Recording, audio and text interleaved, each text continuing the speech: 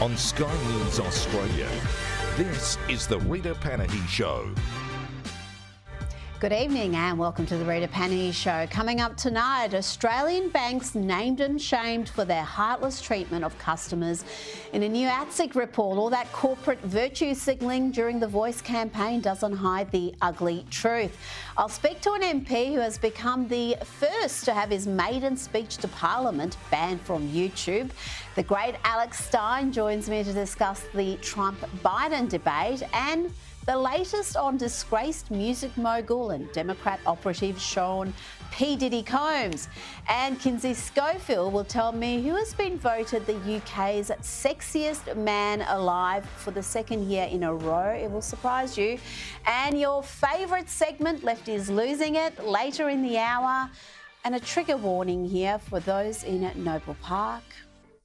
If Africa and Asia had a baby, it'd be called Noble Park. Don't let the sign and the fancy station fool you. This place is literally like a third world country. On this side of the station, we've got the African street. This is where the uncles hang around in suits, but not one of them work a corporate job. Let's bring in Sky News contributor Prue McSween. Prue, good to see you again. We saw yet another violent clash between police and pro-Palestinian activists in Melbourne over the weekend, with a protest advertised with this poster showing a jackboot crushing a Star of David. We shouldn't be surprised there was trouble.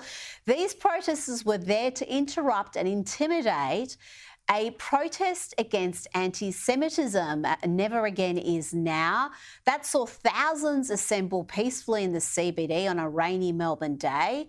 But the pro-Palestinian activists were yelling things like intifada, from the river to the sea, in the direction of the pro-Israeli protesters. The level of intimidation and aggression is really concerning, to the point where I think most Australians have had enough. We are fed up. Our cities are being hijacked by these activists. You know, it's one thing to be pro-Palestinian, but what we're finding here is this aggression, this intimidation is striking fear not only in the hearts of Israelis, but a lot of just well-meaning Australians who just want to get on with their lives. We have this situation where, you know, in this conference, this Labor Party conference, there was something like 6 anti-Israel motions that got up. So, you know, you've got Jacinta Allen in the one hand saying we don't support intimidation and, you know, this kind of aggressive behaviour, and handballing it to Albanese that it's a federal issue, and he handballs it back. You know, this is the problem, that the Labor Party is so concerned about the Muslim vote that they're not prepared. They're trying to straddle both. They don't like the fact that there is anti-Semitism happening here, but at the same time, we all aren't fooled by that. They're prioritising their votes. And this is where I'm sad to say, you know, this society is really, I don't know, lost. I mean, what are we going to do? How long is this going to go on? This is hijacking our cities and our lives, and Jews are made to feel unsafe and intimidated. And this is a multicultural society. We pride ourselves on tolerance and being able to live in a harmonious way, and yet we're finding week after week, day after day, this level of aggression and intimidation. It's disgusting. Oh, it is absolutely disgusting, and we're just seeing behaviours that we didn't think Australians would be tolerated, and the waste of police resources, particularly here in Victoria. Victoria Police themselves have detailed how many shifts they have devoted to just policing the pro-Palestinian protesters, and they're blocking city streets on a weekly basis, causing enormous disruption as well. Now let's go to Australia's oldest university and one of its most prestigious, the University of Sydney. Like many others, it's seen pro-Palestinian protesters intimidate students, but the Vice-Chancellor there, Mark Scott, has written in the Australian today saying that calls for intifada and the slogan from the river to the sea do not constitute hate speech. And he also defended the university's response as the pro-Palestinian protest encampment on campus nears its 4-week mark. I mean, it's one thing to have a protest crew, but an encampment, surely that is breaking the rules that they've set up camp on campus. Well, I heard Mark Scott talking today on Sydney radio, and he was saying how, you know, they won't allow them to cross the line of bullying and intimidation. Well, I'm sorry, they have. And, you know, as you say, when you've got these campsites set up where people are too scared to walk past them, Israelis in particular, and so they have to put themselves through, you know, some sort of minefield of walking around the university to make sure they're not going to be abused or harassed. It's just appalling, and I'm sorry, all of these chancellors, even Deakin University that ordered the encampment to be, you know, shut down, well, they have never, it's not been shut down, and they're not enforcing this shutdown. So, you know, they're all talk, no action. It's one thing to say we support free speech, and everyone in Australia does, but when it comes to this kind of serial bullying and intimidation and aggression where people cannot go about their daily lives, you know, every student is equal at Sydney University and these other universities, one supposed, but clearly some are more equal than others. And this is where it's disgraceful that the rights of others in mask that it's free speech. Well, what about freedom of movement? You know, it's just disgusting. Oh, I can be 100% sure if this was an, I don't know, anti-illegal immigration rally and camp and protest that was happening on university campuses, it would be shut down quick smart. They would get security in there. Probably students would be expelled on site. It would be a very different approach. And we know our university campuses aren't exactly bastions of free speech. So to be trying to hide under that argument, I'm all for free speech. I don't want any of these terms banned under hate speech laws, but I don't want to see students intimidated, and things like encampments are just against the rules. Now let's talk about the 7:30 report. Host Sarah Ferguson has been criticised for an interview with Peter Dutton where she interrupted the opposition leader no fewer than 25 times. Here are a couple of examples. Well, they're a part of it, but we need to house them. And you can't bring in a million people. I think only 4% of international students actually are in the rental market. Really? Where are they living, Sarah? I'm not an expert in, housing, but I'll tell you, the entire Defence Force is made up of 58,000 men and women. I think I just want to interrupt to say this. You're talking about, well, I think it's important. This is not a matter of interruption, it's a matter of staying on topic. Right. It was quite amusing, really. Of course, that 4% figure was not accurate. As Peter Dutton said, where are they living, Sarah? Gerard Henderson wrote in The Australian, Ferguson may have been referring to a report that claimed 4% of renters are international students. That's very different to the claim that only 4% of international students actually rent a property. What did you make of that interview? Is it fair enough in a combative interview to interrupt the opposition leader 25 times? Look, it's just bad television for a start. How frustrating for the viewer to, you know, who's wanting to follow what the interviewee is saying, and yet they can't even get 3 words out. I mean, the intimidation, if we're talking about intimidation and aggression, well, there it was for all to see. And this woman had a point that she wanted to make, and that was to try and prevent the opposition leader from making his case. And we see it on the insiders with David Spears. I'm sorry, you know, David is just as bad. And you just think, why does anybody waste their time watching the ABC? Because frankly, they may as well just do a monologue, the hosts, and not bother having any guests, because they don't let them get their stories out, for goodness sake. I did like Peter Dutton's approach to it though, because you saw him get a little bit irritated, you saw him push back. It's a method that we've seen from the likes of Ron DeSantis and his handling of the media, who are very hostile and aggressive towards him, is masterful. Of course, Trump is another one, but I think DeSantis has even perfected it further. So, yeah, I think more conservative politicians should take that route and push back. Yes, I agree. Talking about US politics, let's have a look at Joe Biden here. The president clapping along mindlessly as an academic calls for an immediate and permanent ceasefire in the Gaza Strip. It is my stance as a Morehouse man, nay, as a human being, to call for an immediate and permanent ceasefire in the Gaza Strip.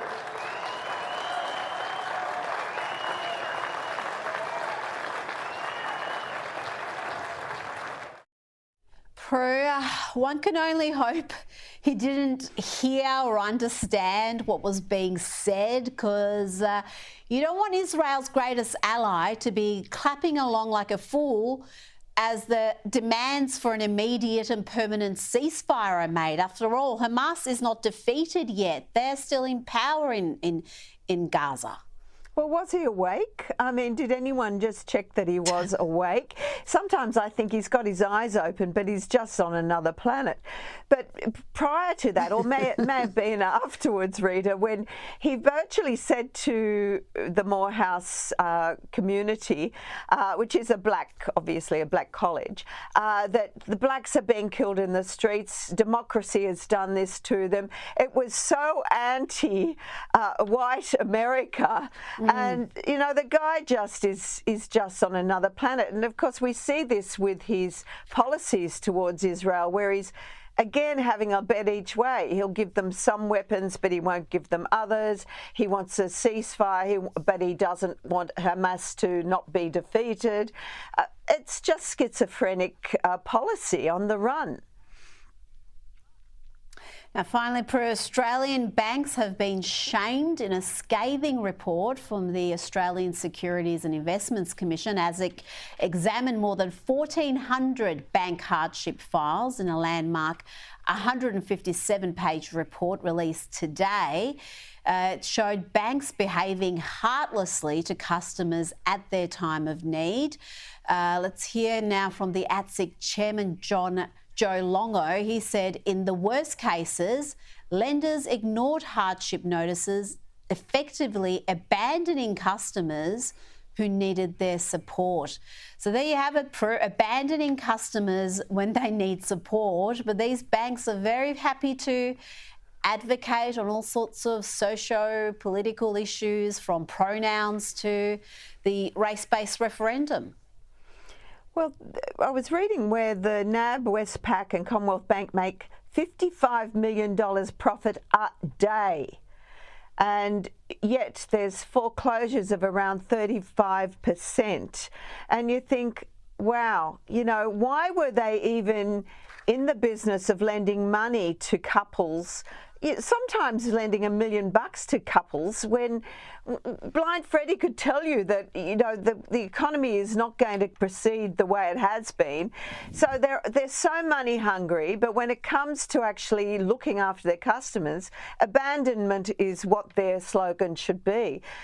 We know that the banks are totally profit-minded. They're closing down now, and using this excuse that nobody's going into the banks. Well, it's because you can't find one open anywhere. I mean, it's just appalling. The banks are not our friends, particularly the major ones, and we should all really seriously consider looking for alternatives, although whether they're any good as well, who would know? Prue McSween, thank you so much for your time this evening. Let's bring in New South Wales Libertarian MP John Ruddick. John, thanks for your time tonight. You were elected to the New South Wales Legislative Council back in April 2023, gave a wide-ranging, interesting maiden speech, but for what we believe is the first time in Australian political history, that maiden speech has been censored on social media, banned from YouTube. Libertarianism can be summed up in 2 words: power corrupts. We believe in the inherent morality of capitalism, simply because it is what people will spontaneously do when left alone. The worst atrocities in history were not the result of drought, flood, pestilence or plague, but of big government throwing its weight around like an elephant stomping on ants. What are they so worried about, John? Is that going to radicalise the youth of Australia? What parts of your speech do you think led to it being banned on YouTube? Well, what had happened, Rita, is in the Westminster tradition, a new member of Parliament gets to give the maiden speech where the other members come and listen and there's no interruptions. That's the convention. Now, most of these speeches are all about themselves, okay? They want to thank everybody that they know, their Year 4 history teacher, their God, their wife, they've got the best wife in the world, best husband, whatever, best kids. And then they just give a little bit of philosophy. But we went for the completely different road. We just gave a hardcore ideological speech. We're in Parliament because we want to change the world. Now, I think what happened was we put it up on YouTube, and about 12 hours later, about 200 people have seen it. Probably my mum, my neighbours, my cousins, my friends from the party, etc. And then we got a message from YouTube saying that it had been banned because of medical misinformation. Now, I did mention the word ivermectin. Oh. I didn't say it works for COVID. I just said it shouldn't have been banned. That's all I said, okay? It got banned for medical misinformation. And I was a bit rocked when I sort of first got that from YouTube. But then I thought, this is a magnificent opportunity. So me and my staff went and bought a case of beer, and we sat down there till 3 o'clock in the morning, and we just told everyone we knew, hey, watch this speech. It's just been banned by YouTube. And it was the classic Streisand effect. And now I reckon, Rita, 2.5 million people on various platforms have seen it around the world. So we're very pleased with whoever reported it, did a great job. Well, yes, you can't see it on YouTube, but it is available on many other platforms, including other social media sites. So that's pretty good effort. 2 million plus views for a speech to the New South Wales Parliament. That may be the most watched speech given in New South Wales Parliament.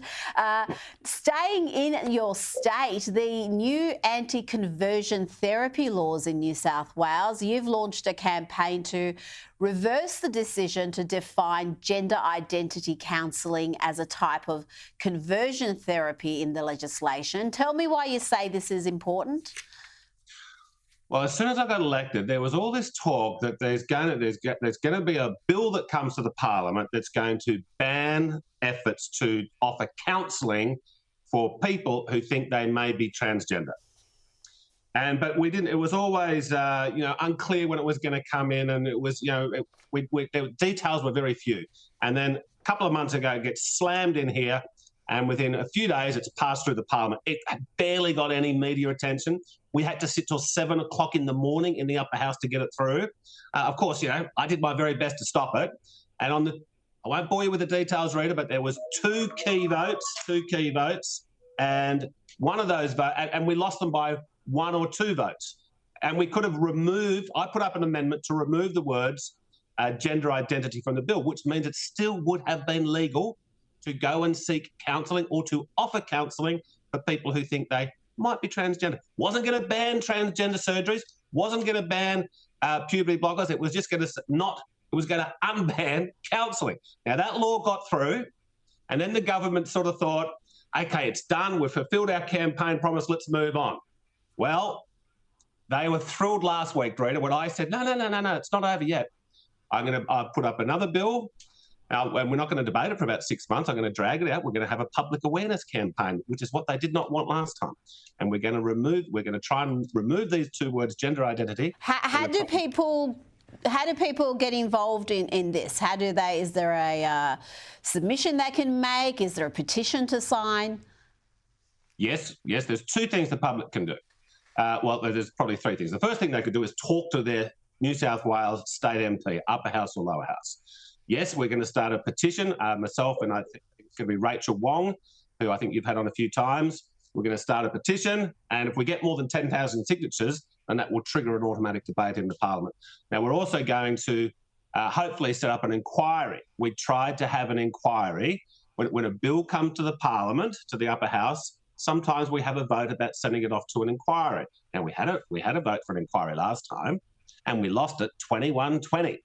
So we only need one more person to change their mind, and we'll have an inquiry. That'll be a public inquiry. I might even be the chair of it.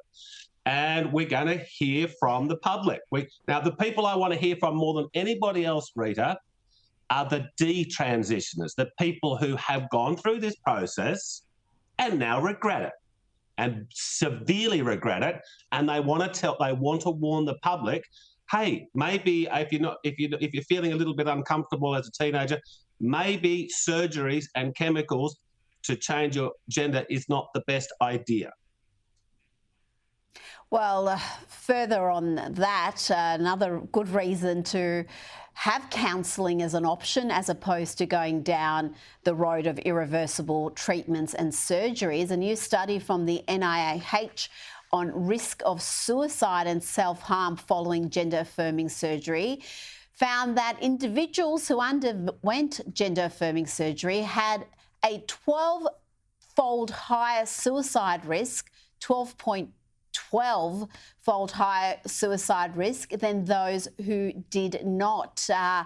It's an incredible finding, John, and completely at odds with much of the emotional blackmail we've had from the activists who say if you don't allow people to, or even encourage them to transition after self-ID, then you risk having a loved one who becomes suicidal. When we had the debate in the Parliament about whether we should send it off to an inquiry, there was a Greens MLC that got up and said, no, we don't want an inquiry.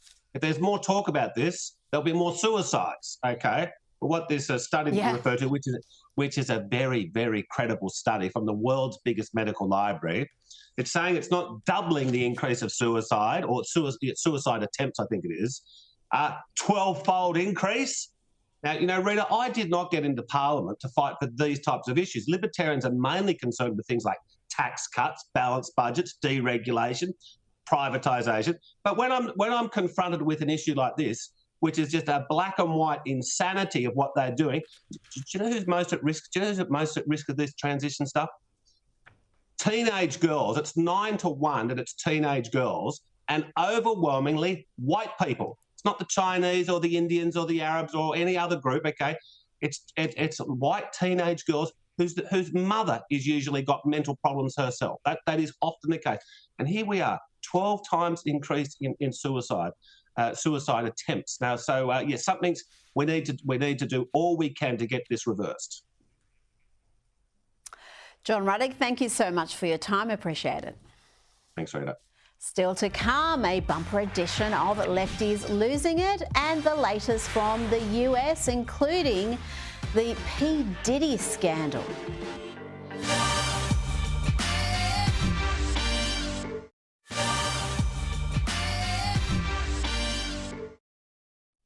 You're watching the Rita Panahi Show, and now it's time for Lefties Losing It. And we do love the crazy academics on this segment, and this next one is extra keen to star in Lefties Losing It. Meet University of California Irvine Associate Professor Tiffany Willoughby Hurd, who was among at least 3 faculty members who got themselves arrested for a pro-Palestinian, anti-Israeli protest. She then went on this mad rant about taxpayer dollars being wasted. These young people are going to be the ones that have to pay the price for these horrible decisions. These police officers out here today, that's thousands of student scholarships. Thousands of students could have been able to go to school and have books and have housing.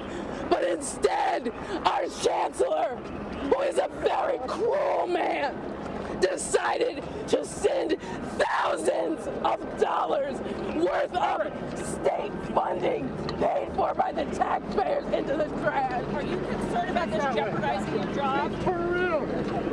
What job do I have if the students don't have a future? Yes, imagine having her determine your academic results. And if you're wondering what she specialises in, it's things like feminism and decolonisation theory. And rather than being shunned, she is winning support from other academics, including Professor Melina Abdullah from California State University, who said this about what you just saw. She said she stood with students to bravely call for divestment for an end to the university funding of the genocide in Palestine. She was snatched up by police and arrested even while being taken away in cuffs.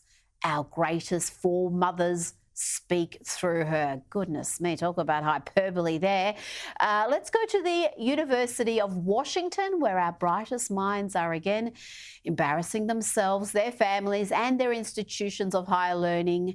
Look at this dude in a crop top acting like an absolute fool, harassing a cameraman who's just trying to do his job. Look at this guy, look at this Hey. Dude, you're in drugs? Hi. Rick and Morty.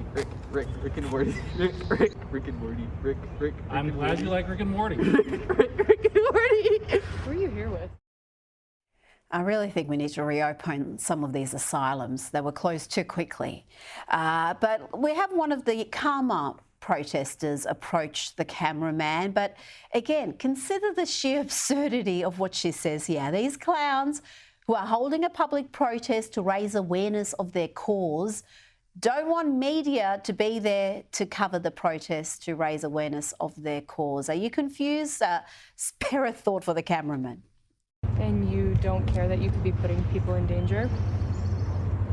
How is it any more dangerous than her recording me? I mean, you... How are you being put in danger right now? Because there are people who are actively trying to dox folks at this camp. It's already happened. So you understand that you're going to a public event, a public protest, an ongoing public protest, that you want to get your message out, but then you don't want anyone to record that. You understand how kind of absurd that is? Don't you like how the dude in the crop top has got some sort of a hijab happening? It's gorgeous. Now, I think it's time for another neo-pronoun lesson, and this young lass doesn't like non-binary terms like they, them. She says it makes her feel super dysphoric. They refer to me as it, its. They, them makes me super dysphoric. It, its is cool. Non-noun neo-pronouns are still my preferred. Especially the ones that keep the E sound, like E or Z or V. Okay, it's. I still say you go around calling people it, you're going to get punched in the face at some point. So I do not advise that. Now, here are a couple of lefties that are normally not too bad because they're at least funny and occasionally say insightful things. But watch here as Bill Maher and Bill Burr get into an uncomfortable, weirdly passive-aggressive chat about all sorts of issues. Here they talk about the Israeli-Palestinian conflict. It doesn't go well. You don't realize that college campuses erupted with the kids demonstrating for Hamas? They are in with the terrorists. They were for the Palestinians. Well, it's sort of the same cause. Why, are you? I'm on the side of the kids. Yeah, that's easy to say. You know, no one wants to see kids dead. This is a war. That was very brave of you to say that. This is a war. No, I'm the one who's actually brave on this. Pat yourself on the back. It's easy to say I'm for the kids. Who's not for the kids? Well, it comes down to real hard-nosed decisions. Like a country. Stop talking like you're a general. A country got attacked. Israel got attacked. I'm not saying that they didn't have a right to go back. I'm just sitting there going like, how do I look at what... We're the only country in the world that they get attacked, and then as soon as they counterattack, it's like, well, we got to stop this now. Don't attack them. There's a very simple solution to all this problem in the Middle East. Stop attacking Israel. Now to another great Aussie comic doing amazing work. Teddy here explores different parts of Australia. Let's have a look at what he made of the Melbourne suburb of Noble Park. Africa and Asia had a baby, it'd be called Noble Park. Don't let the sign and the fancy station fool you. This place is literally like a third world country. On this side of the station, we've got the African street. This is where the uncles hang around in suits, but not one of them work a corporate job. It's not an African barbershop if that doesn't have stock images in the front. On this side of the station, it's like Asia. Of course, it starts off with nail places, massage places, with stock photos. Bro, no one in Noble Park even looks like that. There's also pho. The people in the kitchen are punching on, which means it's going to be good food. Joining me now is the host of Prime Time with Alex Stein, comic Alex Stein. Alex, we've got details of the first presidential debate between Donald Trump and Joe Biden. It's going to be on CNN. No audience there, moderated by Jake Tapper and Dana Bush. And it's going to be available to see in Australia, 11 a.m, June 28, Australian Eastern Standard Time. And there are already folks, Alex, demanding that President Biden submit to a drug test before the event. Here is former President Trump saying what many are thinking. 2 points up to Biden. He can't talk, he can't walk. Can't find his way off a stage, can't put two sentences together, although he has agreed to debate, so I don't know, maybe they know something. He's going to be so jacked up for those debates you watch. I just want to debate this guy, but, you know, and I'm going to demand a drug test, too, by the way. I am. No, I really am. I don't want him coming in like the State of the Union. He was high as a kite. I said, is that Joe up there? Alex, is the president going to be as high as a kite during this debate? Because it's talked about widely what they do to get him zooped up for these big events. Well, I mean, not only do they probably give him prescription uppers, but obviously he's the first president in my history of my life that has ever got caught with cocaine in the White House. That's his house. I mean, his son uses, I'm just saying his son uses cocaine. So I wouldn't be surprised if Joe likes a little pick-me-up. And let's be real, anybody that watches Joe Biden knows that, like, you know, the lights are on, but nobody's home. So he probably needs a little quicker picker-upper to make him be able to compete against a guy like Donald Trump on the debate stage. Well, there's just such a vast difference between how we see him day to day, where he really does struggle even with an auto cue and notes and all sorts of assistance. And then you see him and he seems to be sharper and more lucid, and you're wondering, what's the change there? Is he getting some help? Is he just having a good day? It'll be interesting to see how this debate goes, but there will be no audience there. And one can understand why Joe Biden would want that. Remember this? It's just awfully good that someone with the temperament of Donald Trump is not in charge of the law in our country. Yeah, because you'd be in jail. Secretary Clinton.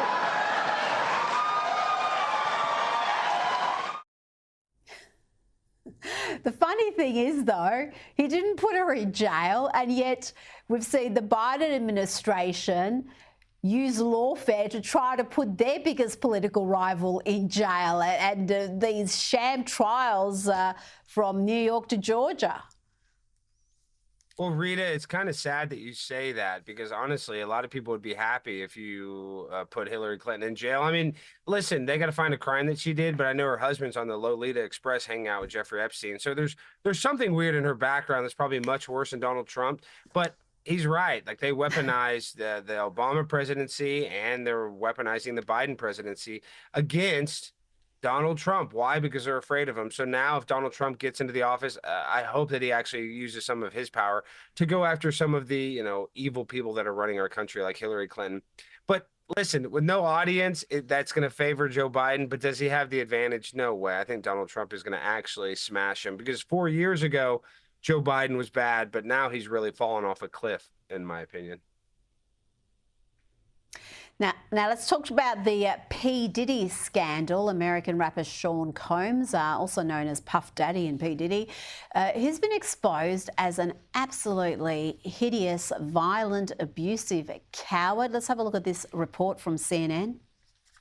New surveillance footage obtained exclusively by CNN appears to corroborate some of the allegations of abuse against music mogul Sean Diddy Combs. Combs can be seen grabbing Ventura and throwing her to the ground.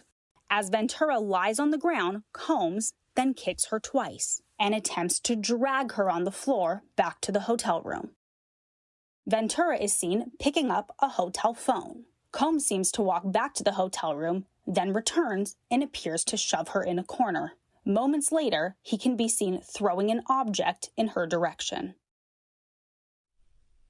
The attack on his girlfriend in 2016, that footage has only come to light in recent days, Alex, and there's more to this story, a lot more allegations. And tell me, what's the latest on those raids we saw carried out on Pitty Combs' different properties across the US? Well, Rita, it raises a huge red flag that this happened nearly 8 years ago in 2016, and the fact that he's not in jail. So a lot of people on the internet, and I didn't create this rumor, but Kanye West even said this. He shared his personal message with Puff Daddy, but a lot of people think that Puff Daddy is a federal informant and that he's being protected by the government because he gives information on other elite people. And I would think a video that horrendous and a person is not charged criminally, it raises a lot of red flags. So, I mean, I'm not saying that I know for a fact that he's a federal informant, but if you and I did that, Rita, if I was to do that to somebody, I would go to jail, deservedly so. And Puff Daddy just gets to literally beat a woman up on camera, one of the most disgusting videos I've ever seen. And with Twitter today, there's a lot of disgusting videos, but a guy that can go out there and publicly beat a woman up deserves to go to jail. And the fact that he's not in jail raises a lot of red flags about who Puff Daddy really is. And if he is willing to do something like that with his profile and his standing, because he's not just a star, he's also a mogul. He's a hugely powerful in the industry, has been for many years. And he's doing that in a hotel lobby where he knows there's cameras. What's happening behind closed doors? What's happening in that hotel room? You don't want to think about that. He has posted an apology on his Instagram page. Let's have a look. But I make no excuses. My behavior on that video is inexcusable. I take full responsibility for my actions in that video. I'm disgusted.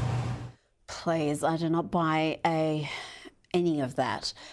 Here's former NBA player Kwame Brown. He's got a theory on why Diddy got away with so much for so long. This woman is cowering on the floor, balling up, getting stumped out, and somebody saw that on the video, and the only time you're going to say something about it is when Cassie give a lawsuit. This has been telling the black community to vote or die, because he's a Democrat pawn, and that's why he was able to goddamn run around here like that. And he was very active indeed politically, and as a Democrat, and particularly as an anti-Trump campaigner. Remember this? If this man is elected, we're not standing by no more getting killed. We're not scared of anybody standing up and standing by. We're on the verge of a race war. White men like Trump need to be banished. That way of thinking is real dangerous. When you look at it, we don't have no choice. You know what I'm saying? You can say what you want about Biden. I can't say I love the pick either, but hey, we got to get him in office. Alex, how influential was he in activating the black community to get registered, to vote for Joe Biden, to vote for the Democrats? It seems like it has been a big part of the activism he involved himself in. Well, I believe the Vote or Die campaign has been going on since the 96 election, if I believe. So he's been doing this for a long time. I mean, nearly 30 years, where he was a Democrat supporter. I mean, he worked with the highest people, the Hillary Clintons, the Barack Obamas. So he's as politically connected as they get. And the fact that he's a rap superstar that owns all these businesses, he is an influential person to the black community. You know, how much did he, how much vote did he get for Donald Trump or against Donald Trump? I'm saying I don't know, because I really don't know how many of Puff Daddy's listeners are actually that politically involved, if I'm just speaking honestly. But at the end of the day, I think that's why he is being protected. Kwame Brown had made a very good point, because anybody else would be in jail. But the fact that he's connected to the top people on the Democrat side, it's not a surprise that he's able to get away with this, or that he even has the audacity to think that he could get away with this. Well, he wasn't just a big political player. Some were talking about him as a possible presidential candidate, Jimmy Kimmel among them. But yeah, I mean, let's be thankful that's never going to happen. Before you go, I want to ask you quickly about Kansas City Chiefs Harrison Butker. I think I've pronounced his name right. I was not aware of this dude at all before he gave this commencement speech that sent the left into a full-blown meltdown. He's been condemned by the NFL. There are calls for him to be sacked, all because he said some Catholic things that, as a Catholic, he believes at a Catholic school. Apparently, that's outrageous. Here's some of his more controversial comments. Our Catholic faith has always been countercultural.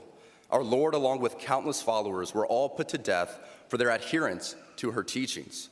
The world around us says that we should keep our beliefs to ourselves whenever they go against the tyranny of diversity, equity, and inclusion. We fear speaking truth because now, unfortunately, truth is in the minority. Alex, tell me more about the reaction to this speech.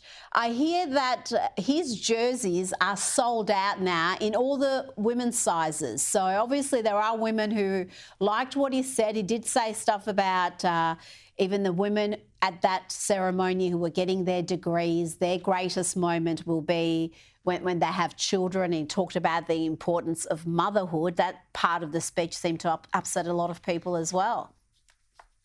Well, it's sad that it's controversial to say that a woman's dream would be to get married and have a family and children. I mean, I think that should be the goal of every woman, and I don't think that should be a controversial statement.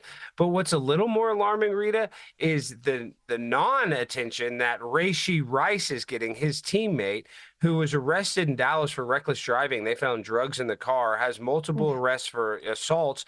Nobody's talking about him. Nobody's complaining about him. I don't see any Sports Center broadcasters complaining about Rashee Rice's teammate, but everybody's talking about Harrison Butker because he said women should put family and marriage as their priority. It's absolutely insane. We live in the upside down world. We do, and before you go, I don't know what is wrong with you. You seem to want to put yourself in danger constantly. You've decided to take on the Swifties. They're deranged, Alex. I don't know what you were thinking doing this. There are thought criminals among us that assert Taylor is not absolutely perfect in everything that she creates. That she is not perfect in all her decisions for society. Tell me, what are your true feelings towards Taylor? Honestly, I mean, I think she's just okay at best. You know what? I'm with you on this one. I don't hate her. I don't dislike her. I like some of her songs. She's okay. She's not the best, but she's okay. But there's this fanaticism around her where people either loathe her or love her. I'm with you, Alex, but I also fear for your safety because her fans are going to come for you now. Well, the Swifties better not come for me because obviously Taylor Swift is incredibly talented. She's had an immense amount of success, but everybody worships Taylor Swift. The NFL just said that they purposely did their schedule so that Taylor Swift can be at more games. So she's affecting the NFL. Like, it's enough, Taylor Swift. Just sing country songs or sing pop songs, but quit ingratiating yourself in every aspect of every single American's life and Australian's life, according to you, Rita. So just, lay off the gas a little bit, Taylor, and please don't hurt me, Swifties. I love your queen, Taylor. Yes, you're backtracking now, Alex, but it may be too late for you. Thank you so much for your time. Thank you, Rita. Still to come, the UK's sexiest man alive revealed. And why are Harry and Meghan skipping the wedding of their son's godfather?